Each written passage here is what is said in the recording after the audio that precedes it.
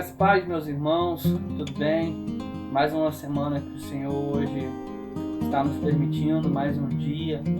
Esse é o nosso momento de reflexão. Eu peço que antes de começar o vídeo, você possa se inscrever em nosso canal, para você ficar por dentro daquilo que a gente tem publicado, que você vai lá no sininho de notificação e clique para você receber uma notificação todas as vezes que nós postarmos um novo vídeo. E peço também que, se você gostou desse vídeo, que você dê um like, você dê um joinha e compartilhe esse vídeo com outras pessoas. Faça com que a palavra do Senhor seja levada a outras pessoas e, assim como abençoou a sua vida, possa abençoar também a outras pessoas. Tá bom, meus irmãos? Eu sou o seminarista Michel Teixeira, da Igreja Presbiteriana do Pilar, e esse é mais um momento de reflexão. Hoje, o nosso momento de reflexão ele vai se dar em cima do texto de Josué, o capítulo 1 e apenas o verso 5. E diz assim a palavra do Senhor: Como fui com Moisés, assim serei contigo. Não te deixarei, nem te desampararei. Esta é a palavra do Senhor para nós. Eu gostaria de orar com você nesse momento. Deus, nós estamos aqui diante da sua palavra, crendo, ó Deus, que a tua palavra é poderosa para nos guiar, nos sustentar, nos manter diante dos momentos de dificuldade. Pai, eu peço ao Senhor nesse momento que a sua iluminação seja conosco, que o Senhor possa falar em nome de Jesus nas nossas vidas e nós possamos transmitir a sua vontade. Deus, que não importe aonde as pessoas estejam acessando esse vídeo, mas nós sabemos que o Senhor, Deus, pode visitar cada um. Pai, faça com que essa palavra, Deus, adentre os corações e ocorra mudanças. Nós oramos em nome do Senhor Jesus. Amém. Amados irmãos, eu gostaria de pensar um pouquinho com vocês sobre a realidade desse ano de 2020, né? Esse ano de 2020 tem sido um ano totalmente diferente de todos os outros, um ano de muita dificuldade. Nós tivemos alguns vendavais no início desse ano, né? Que marcou a temporada aí de temporais que surgem no mês de janeiro e fevereiro. E chegando no mês de março, nós aí tivemos o problema da água na SEDAI, e logo em seguida nós também tivemos o problema do coronavírus. Né? Muitas pessoas morreram, muitas lutas nós temos enfrentado, alguns parentes têm perdido pessoas, temos perdido amigos, deixamos de exercer o nosso direito de ir e vir. Nós não podemos hoje frequentar qualquer tipo de lugar porque eles estão fechados por decreto do nosso governador. Inclusive o nosso templo, esse motivo que nós estamos aqui fazendo essa live, é um dos motivos que ocorrem de nós não podermos estar juntos por causa desse coronavírus, não simplesmente por decreto de autoridades, mas porque nós entendemos que isso é um risco para a nossa saúde. Então, nós fomos privados de muitas coisas. A nossa economia, ela começou a ruir, as dificuldades financeiras surgiram, os cortes que estamos fazendo em nossas vidas, as dificuldades que têm surgido uma após a outra, são lutas que frequentemente se levantam diante de nós em todas as áreas da nossa vida. A nossa vida psicológica também, a nossa mente tem sido atacada constantemente. Nós paramos de viver de forma social e interativa pessoalmente, mas agora a nossa interação ela acontece através do celular, das redes sociais, e isso não tem sido muito bom para o ser humano. Né? Então, muitas das vezes a gente vai acabar se sentindo sozinho, distante de todos, e eu gostaria justamente de pensar com vocês no seguinte tema, e eu gostaria de trazer para vocês nesse momento a seguinte palavra, de que você não está sozinho diante dessas dificuldades que se levantam.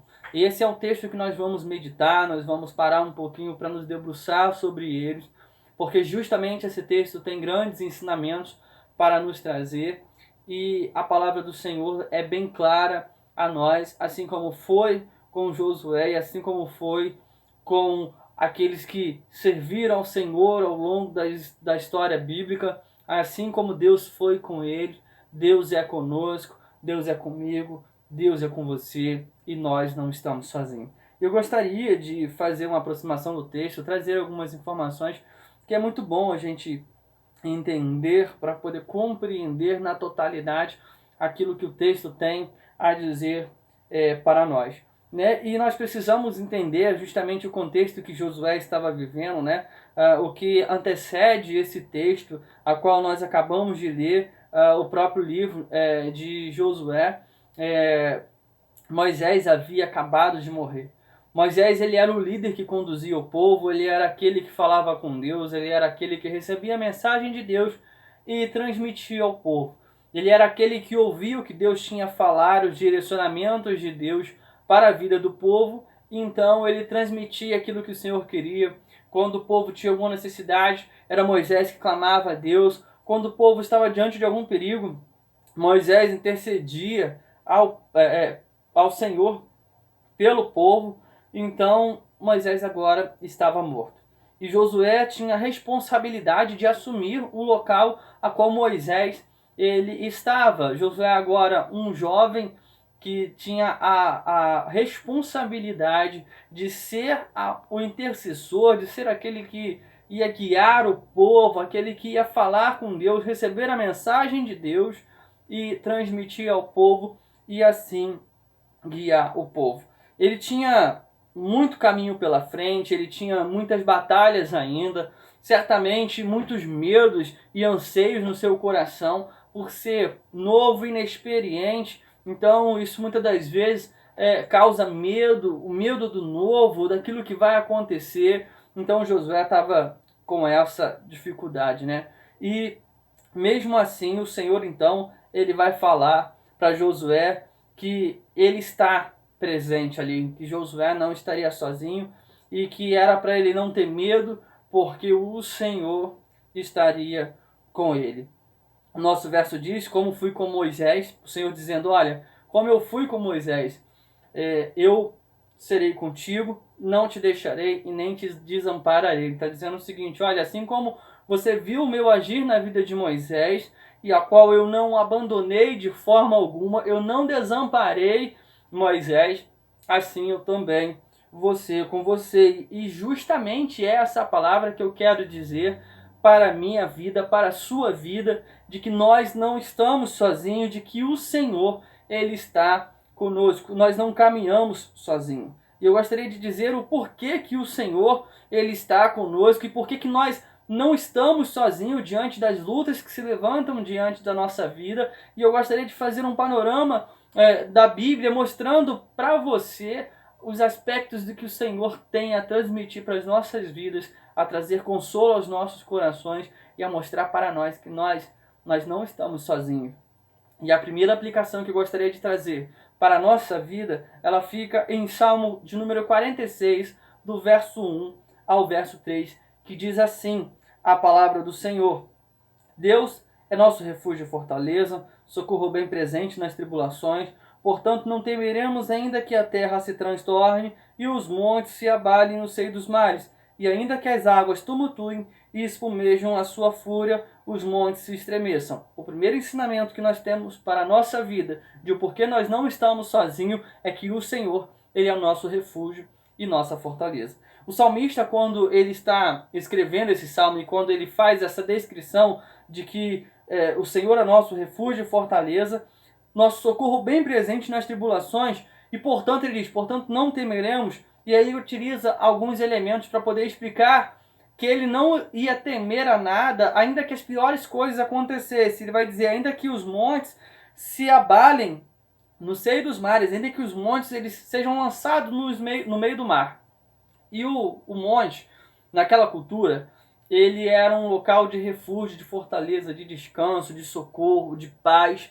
E o mar, ele era um local de pavor, de medo, de muita luta. Então o mar ele acabava, para aquela cultura, sendo como um exemplo de pavor, sabe? De luta, de dificuldade. Então o salmista está dizendo o seguinte, olha, ainda que o monte, o local de paz, de descanso, de tranquilidade, se abale e seja lançado no seio dos mares, ou seja, no meio do caos, no meio da luta, eu não vou temer, porque o Senhor é o meu refúgio e a minha fortaleza, socorro bem presente nos momentos de tribulação. Ele está dizendo assim, ainda que as coisas mais absurdas aconteçam, ainda que a tempestade se levante, ainda que o mar fique bravio, ainda que algo de terrível me alcance, alguma luta, alguma tribulação me alcance, ele diz, Deus é o meu refúgio e a minha fortaleza. E assim deve ser para nós.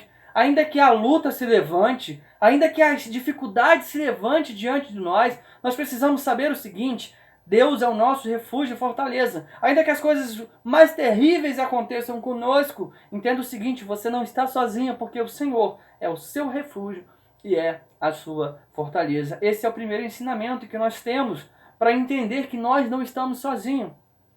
O segundo ensinamento é que o Senhor, ele é a nossa paz. Isso nós vamos entender quando Paulo escreve aos Efésios, no capítulo 2, no verso 14, diz assim a palavra do Senhor, porque ele é a nossa paz. E esse significado de paz aqui, quando nós vamos para o original, a qual a Bíblia foi escrita, que é a língua grega, o significado de paz ali é uma paz total.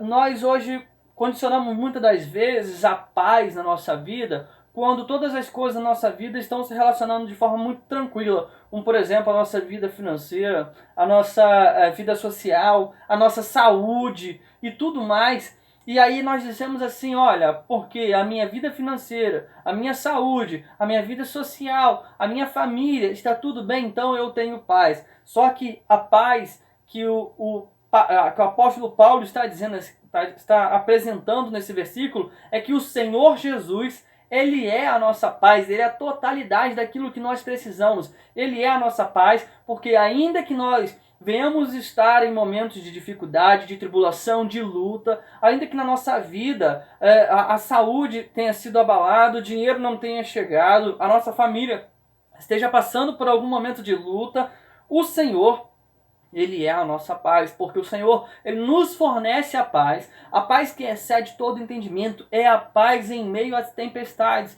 é quando tudo parece estar perdido, mas nós temos a paz. Então, o primeiro ensinamento é que o Senhor é nosso refúgio e fortaleza. O segundo ensinamento é que o Senhor é a nossa paz. E o terceiro ensinamento é que o Senhor é a nossa alegria. E olha só que interessante, Abacuque 3, no verso 17 e o verso 18 vai dizer assim: ainda que a figueira não floresça, nem haja fruto na vide, o produto da oliveira minta, e os campos não produzam mantimento, as ovelhas sejam arrebatadas do aprisco, e nos currais não haja mais gado, todavia eu me alegro no Senhor, exulto no Deus da minha salvação. O que Abacuque está declarando aqui nesse texto, ele fez aqui a apresentação da estrutura econômica da sua época. Aquilo que funcionava para que toda a sociedade tivesse tranquilidade financeira, tivesse alimento e tivesse tranquilidade social e política, era justamente a figueira que ela produzia o figo, a videira que ela produzia o vinho, né?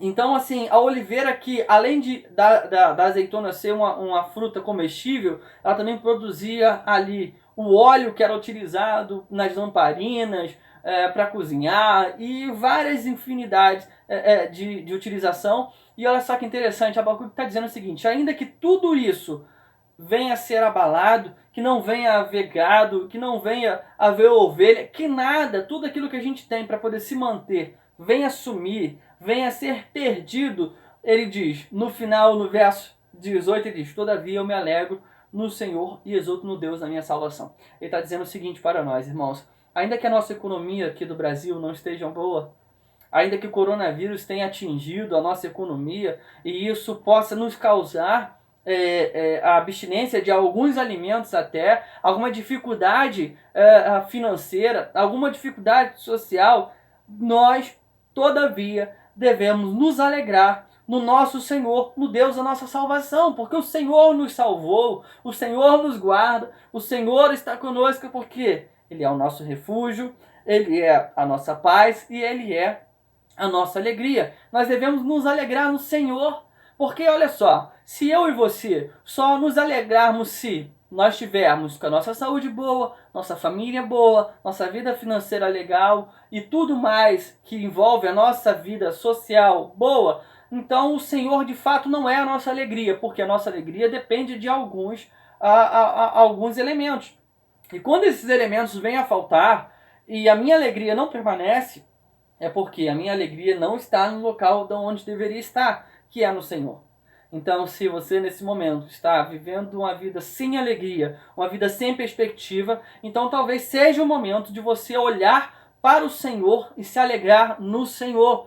E falar igual o Abacuque disse: ainda que as coisas venham me faltar, ainda que a luta chegue, eu vou me alegrar no Senhor, eu vou me exultar no Deus da minha salvação. Então, primeiro, o Senhor é nosso refúgio e fortaleza. Segundo, o Senhor é a nossa paz. Terceiro, o Senhor é a nossa alegria. E por último, o Senhor está conosco até a consumação dos séculos.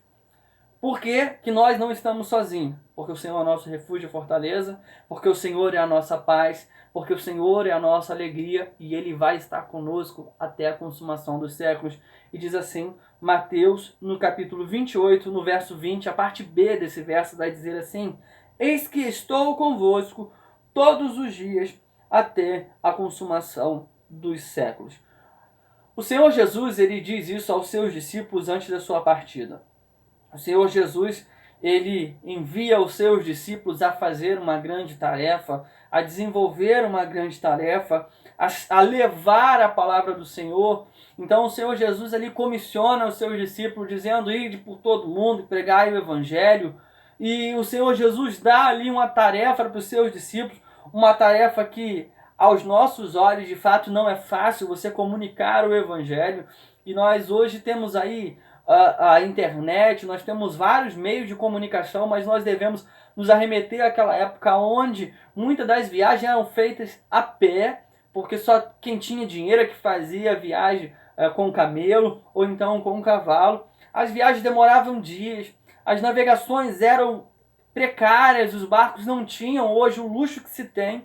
Então o Senhor Jesus diz para esses discípulos o seguinte: olha, vai por todo mundo e pregue o evangelho. Todo mundo conhecido da época, você vai e cumpre essa missão. Então o Senhor Jesus diz isso para eles, dá a tarefa para eles fazer, mas o Senhor diz um pouco mais. O Senhor diz o seguinte: olha, vocês não estão sozinhos e eu vou estar com vocês até a consumação do século.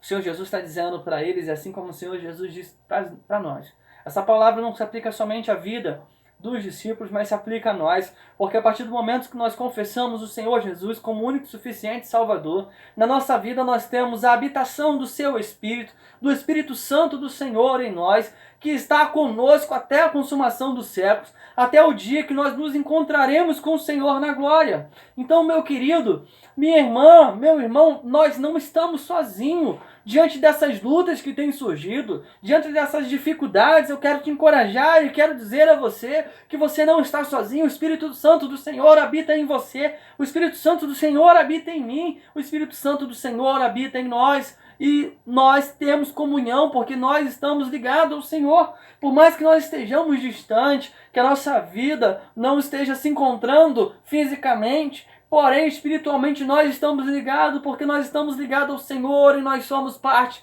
dessa família. Nós temos a ligação do Espírito Santo.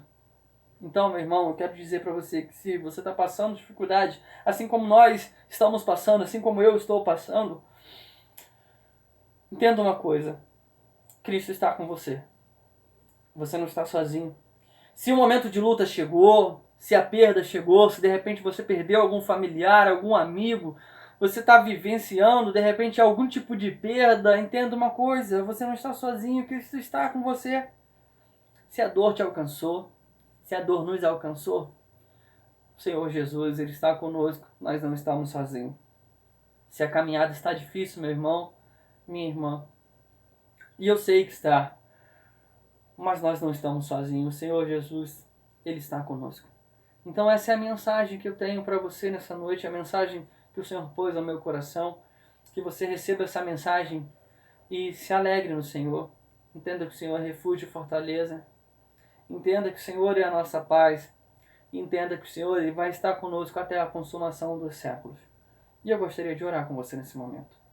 Deus, em nome de Jesus, nós estamos aqui, Senhor, para poder falar contigo, ó Deus, através, Pai querido, dessa oração, para que o Senhor, Deus, console os corações, que o Senhor alcance as vidas, que o Senhor derrame, Deus, sua paz, sua alegria, seu consolo. Pai querido, que nós possamos atravessar essas adversidades para a glória do Teu santo nome. Nós fazemos essa oração em nome do Senhor Jesus. Amém.